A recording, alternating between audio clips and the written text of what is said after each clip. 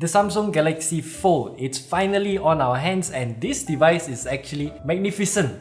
So today we are going to talk everything you need to know about the Samsung Galaxy Fold in this rather unusual review video today. So, the box of the Galaxy Fold itself, it's right in front of me. Particularly, I just want to highlight a few things that comes inside the box because there are a lot of unboxing videos out there. You get this Kevlar shield thing. They actually stick to the Galaxy Fold itself. So this is the front part, this is the back part, and as you can see, there are adhesive strips around the case itself. So yes, this thing sticks onto the phone itself.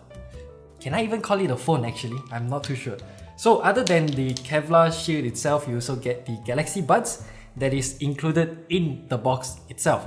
So yes, this thing does not have an audio jack, and for the price that you are paying for the Galaxy Fold, yeah, this is considered the least they can do. So as for the design of the Galaxy Fold itself, it comes in two colors. This is Space Silver and it also comes in Cosmos Black.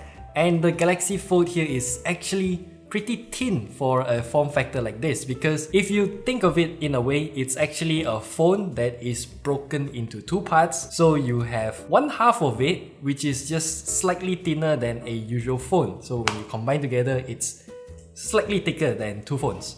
And impressively, the hinge itself, this part at the thickest point is not really that thick, and the gap between the front and the back here is not really that big too. There are a lot of warnings that came inside the box itself, so you will have to be careful of the inner display because this is using Samsung's Infinity Flex display. It is obviously flexible, and as you can see here, before I lock in the hinge mechanism, I can actually just do this.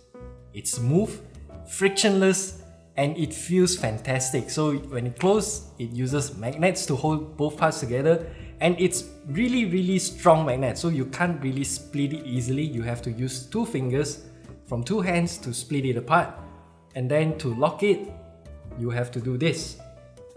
And once you lock it in, the display will not collapse on itself, and just for reassurance, you can also rest your finger here so it will not collapse on itself. So to close, it's pretty simple. What I would like to do is just use my thumb here, push down on the hinge and close. So the front display here is using a 4.6 inch 1680 by 720 pixels. It's a Super AMOLED display, and you also get a power button here, a volume rocker, and also a dedicated side fingerprint scanner here. And then opening up the display, this is using a 7.3 inch dynamic AMOLED display. It is 2152 by 1536 pixels in resolution. According to the spec sheet itself, it's using a 4.2 to 3 aspect ratio. So as you can see here, this display is showing the spec sheet of the Galaxy Fold itself, and the display is just magnificent.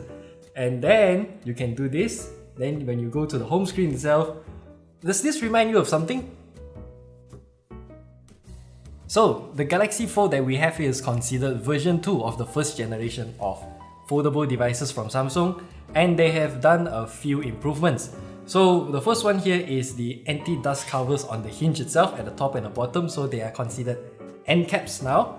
And then you also have strengthened display. Now it has a metal sheet, a thin one underneath the display. So yeah, it feels a lot smoother as well, and you don't have any visible waves on the screen itself. And then the protective layer at the top of this display is extended all the way from edge to edge, so there is no peeling or urge to peel off that film on top. And lastly, Samsung also narrowed the gap between the hinge and the body itself, so you can see when it's fully open, the hinge just disappeared. Then I should also mention some of the other specs. This is running a Snapdragon 855 with 12 gigs of RAM, 512 gigs of UFS 3.0 storage, so you get top of the line specs for a phone like this. And the cameras is actually the same as the Galaxy Note 10 and the Galaxy S10 Plus, other than the fact that you have duplicated selfie cameras for the front, for both fronts actually. I'm not too sure how to describe it. For the unfolded and folded parts, so this is a 10 megapixel selfie camera, and inside here you also get another 10 megapixel selfie camera with the RGB depth camera like the Samsung Galaxy S10 Plus. So the most important thing when it comes to the Galaxy Fold is the user experience itself. The first thing that we'll ask you to do is actually to enroll your face for face unlock, because when you unfold it, it is quite impossible to use the fingerprint scanner, which is at the far edge here. For me, being a left-handed user with a big hand, yes, I can reach it, but most users will have a hard time doing this gesture. So when you use face unlock, what you can do is this: just unfold it and it unlocks.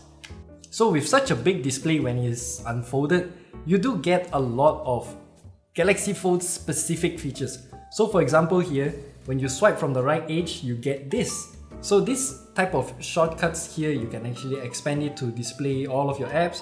For example, if I just want to use Chrome like this, so you have calendar as well. When I have my home screen, Google Chrome, calendar here, I can hold this, drag it here, and then it change.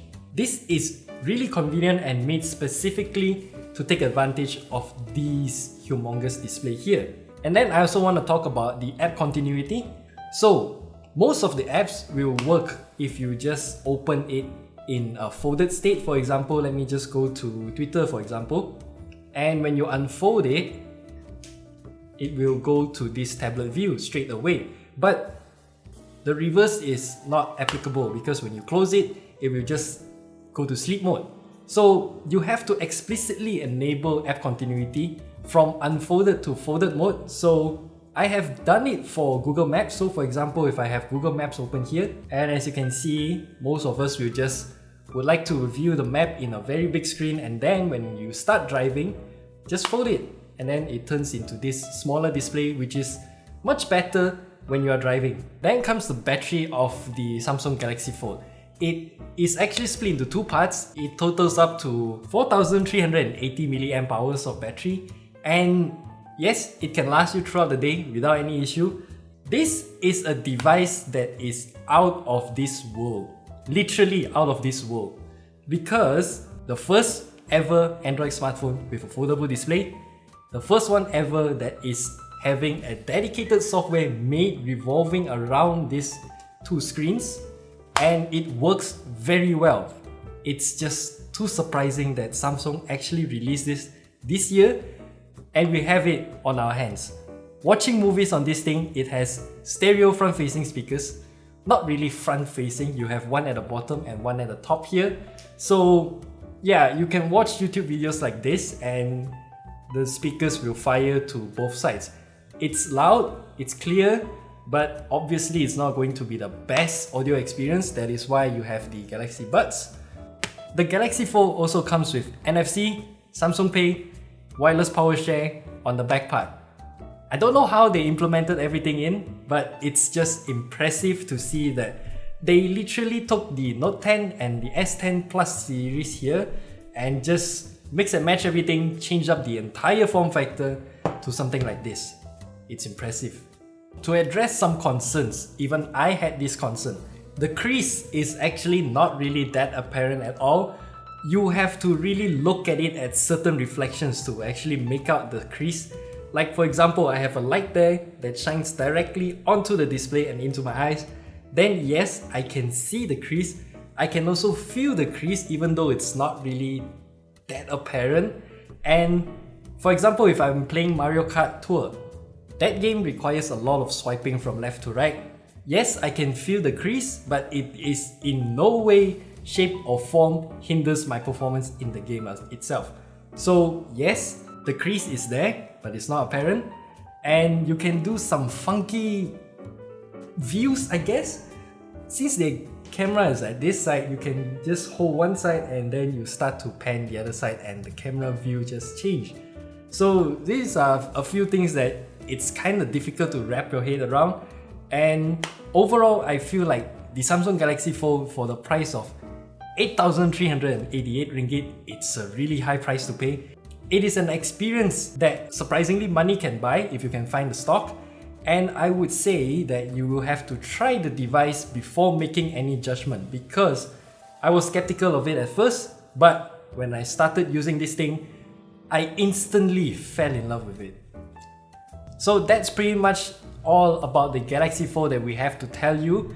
Of course, there are a few major pinpoints to improve in the next generation. For example, this thing right here, when it is unfolded, this thing is just way too big. So maybe shrink it a bit for the next generation. And I would also like to see a double fingerprint scanner, if you will. So when you unfold it, you can also unlock with your thumb on your left hand here. But those are really minor complaints. I have no idea what kind of improvements Samsung will bring to the next generation of the Galaxy Fold. As it stands right now, this is a one-of-a-lifetime experience, and I am really glad that I got to try this thing out.